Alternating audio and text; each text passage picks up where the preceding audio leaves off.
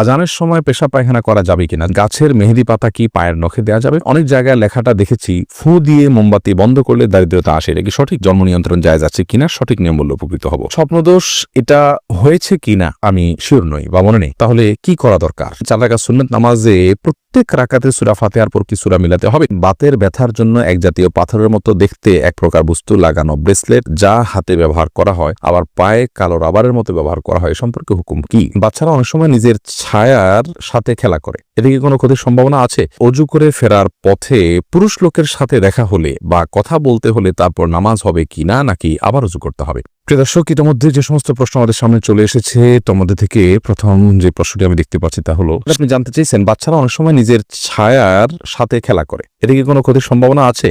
না, বাচ্চারা নিজের ছায়ার সাথে খেলা করলে এর জন্য বিশেষ কোনো ক্ষতির কথা আছে বলে আমার জানা নেই। মেহনাজ পারভিন আপনি জানতে চেয়েছেন, অনেক জায়গায় লেখাটা দেখেছি ফু দিয়ে মোমবাতি বন্ধ করলে দারিদ্রতা আসে, এটা কি সঠিক? এটি কুসংস্কার। ফু দিয়ে মোমবাতি বন্ধ করা জায়েজ না।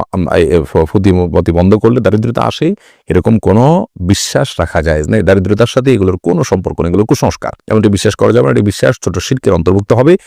বরং ফু দিয়ে মোমবাতি নেভাতে গেলে যদি আগুন ডানে বামে ছড়াতে পারে সে ভয় থাকে, তাহলে ফু দিবেন না, হাত দিয়ে নেভাবেন, সেটি ভিন্ন বিষয়। কিন্তু এর কারণে দারিদ্রতা আসে এরকম কথা সঠিক নয়। সফিবুর রহমান আপনি জানতে চেয়েছেন, সুন্নত পদ্ধতিতে গোসল করার জন্য প্রথমে অজু করলাম, তারপরে সারা দেহে সাবান মেখে গোসল করলে আবার কি অজু করতে হবে? না, এরপরে আর অজু করার প্রয়োজন নেই।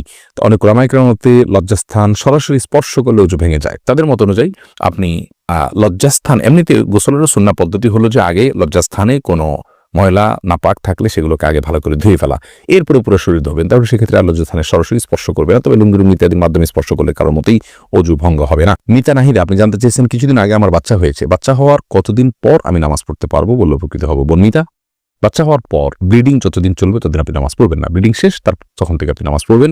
এটাকে নেফাস বলা হয়। নেফাস বা সন্তান প্রসব পরবর্তী যে ব্লিডিং, এই ব্লিডিং শেষ হয়ে গেলে আপনাকে সালাত আদায় করতে হবে। তবে ব্লিডিং এর সর্বশেষ সীমা হলো 40 দিন। 40 দিন পর্যন্ত যদি ব্লিডিং বন্ধ না হয় তাহলে 40 দিনের পরে ব্লিডিং থাকলেও আপনি সালাত আদায় করবেন। তানিয়া ইসলাম আপনি জানতে চেয়েছেন, অজু করে ফেরার পথে পুরুষ লোকের সাথে দেখা হলে বা কথা বলতে হলে তারপর নামাজ হবে কিনা, নাকি আবার অজু করতে হবে? না বোন, কোনো পুরুষ লোকের সাথে অজু করার পর যদি দেখা হয় বা কথা হয় তাতে আপনার অজু ভঙ্গ হবে না। অজু ভঙ্গ হওয়ার সাথে এর কোনো সম্পর্ক নেই। কেউ যদি অজু করার পর কোনো পুরুষের সাথে অন্যায়ভাবে দেখা দেন, হারামভাবে দেখা দেন, হারাম কথা বলেন, তাহলে ঠিক গুনার কারণ হবে, ভিন্ন কথা। কিন্তু এর ফলে অজু ভঙ্গ হবে না। অজু ভঙ্গ হওয়ার সাথে অজু ভঙ্গকারী বিষয়গুলোর সম্পর্ক, যেমন অপবিত্র কোনো কিছু শরীর থেকে বের হলো কিনা, ঘুমালেন কিনা, অজু ভঙ্গের কোনো কারণ পাওয়া গেল কিনা, এর সাথে হলো অজু ভঙ্গের সম্পর্ক। সোহেল রানা সুজন আপনি জানতে চেয়েছেন, বাতের ব্যথার জন্য এক জাতীয় পাথরের মতো দেখতে এক প্রকার বস্তু লাগানো ব্রেসলেট যা হাতে ব্যবহার করা হয় আবার পায়ে কালো রাবারের মতো ব্যবহার করা হয়, সম্পর্কে হুকুম কি?